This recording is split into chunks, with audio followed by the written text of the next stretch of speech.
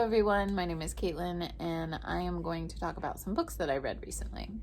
So the first book that I read was The Hate You Give, which I will give a little picture of right here. I returned it to the library, day drinking.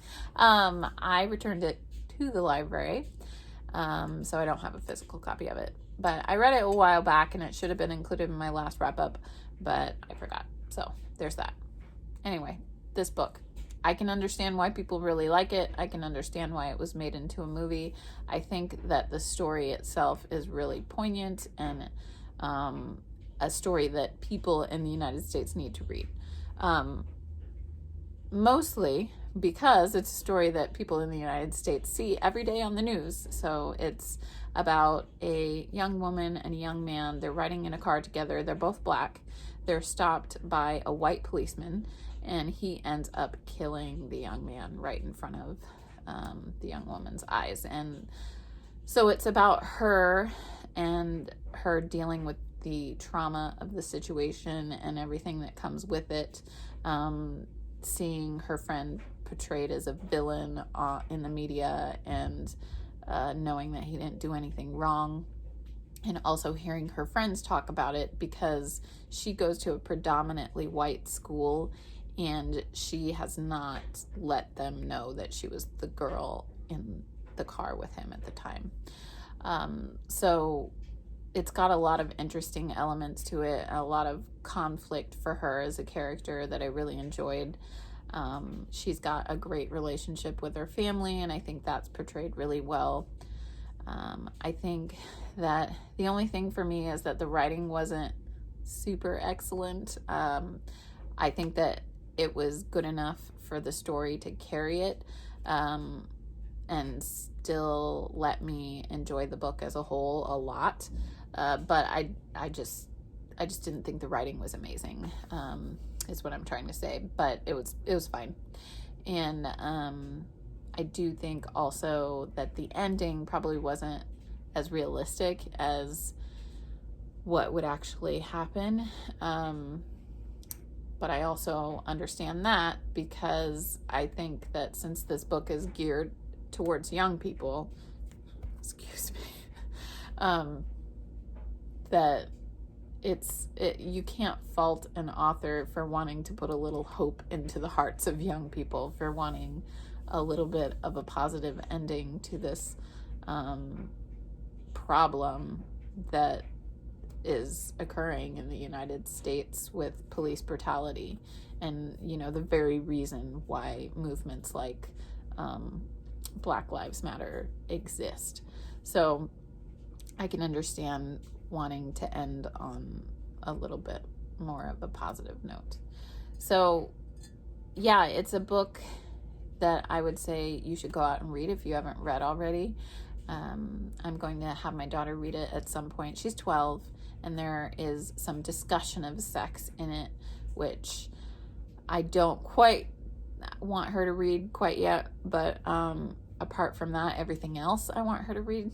So yeah, at some point I'll put that into her hands in a year or so, maybe. But yeah, you should read it. I gave it a 4 out of 5 stars, and I'm looking forward to going and seeing the movie at some point. One moment here. Yeah, sorry. So The Transmigration of Bodies by Yuri Herrera and translated by Lisa Dillman is the next book that I read. This is a book that I really enjoyed. I've read this author before, and I think that the book that I read, I think these are considered novellas, they're super short, was Signs Preceding the End of the World, and I think that was also translated by Lisa Dillman. And his writing and her translations, the combination of those two things make for excellent writing. The atmosphere is amazing in both of these, and Herrera has a way of writing, of creating a tone in the writing that's really effective as well. His sentences are really short and punctual, but they feel really like long and descriptive, even though they're short. They don't feel long, they feel descriptive. And I think that's what I really like about his writing. Also, the way that he describes things is just really unique. So I really enjoyed this. I will say that the character in here, the main character, he's called the Redeemer because he diffuses situations. And as I expected to really like him, and I didn't. I don't care that I didn't like him. That's not usually something that would cause concern for me in a novel. But I didn't think that he was quite developed enough. They kind of went into his past and attempted to explain why he was the way he was, but it all ended up being sort of vague and wishy-washy. And I didn't like that. I thought that there should have been a lot more clarity with his character. But yeah, apart from that, excellent. I love Herrera's writing. And like I said, I don't know if it's the translation by Lisa Dillman or his writing or a combination of the two, but if I see a combination, this author-translator combination, I'm picking it up right away. And either one of them probably I'll just pick up right away and read. So yeah, really good. If you have not read Signs Preceding the End of the World, you absolutely should. I love that book. Love it. I really like this, but I don't love it as much as Signs Preceding the End of the World. That book, good book. So, next book. Singh Unburied Singh, Jesmyn Ward. Jesmyn Ward, I have fallen in love with as an author. I read Salvage the Bones, her first fiction novel. Not her first one, but her first one from my standpoint, the first one I read. And then I also read The Fire This Time, which was a collection of essays that she put together by various authors.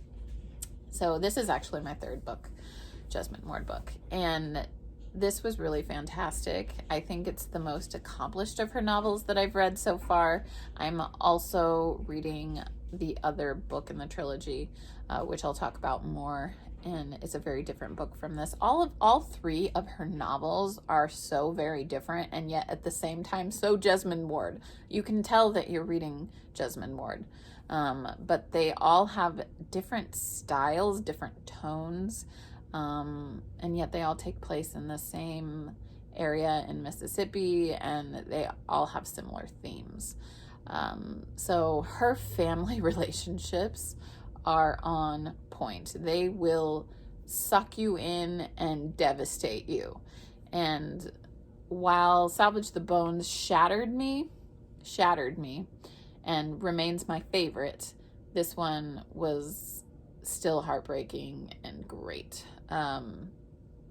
It's about a young boy, and he has a little sister that he really loves and takes care of, because their mother is a drug addict and they are mostly raised by their grandparents. And so he feels very protective towards this younger sister of his.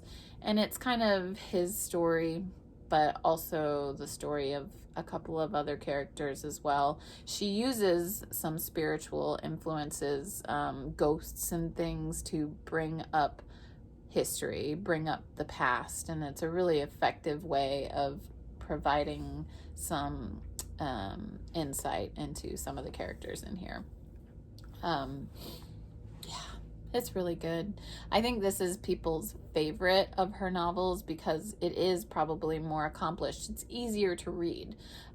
Salvage the Bones was not a dense novel, but denser than this, and grittier, and probably not everybody's cup of tea.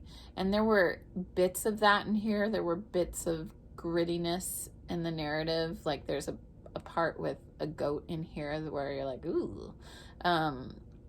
But it not to the level of Salvage the Bones. And that's fine. I don't mind. Whatever she wants to do in her stories, she can do. I think it just shows how skilled she is that the three novels that are part of this trilogy are so very different from each other, but still so very much her. I'm babbling now. probably gushing. You should read this. I gave it a 5 out of 5 stars. I loved it.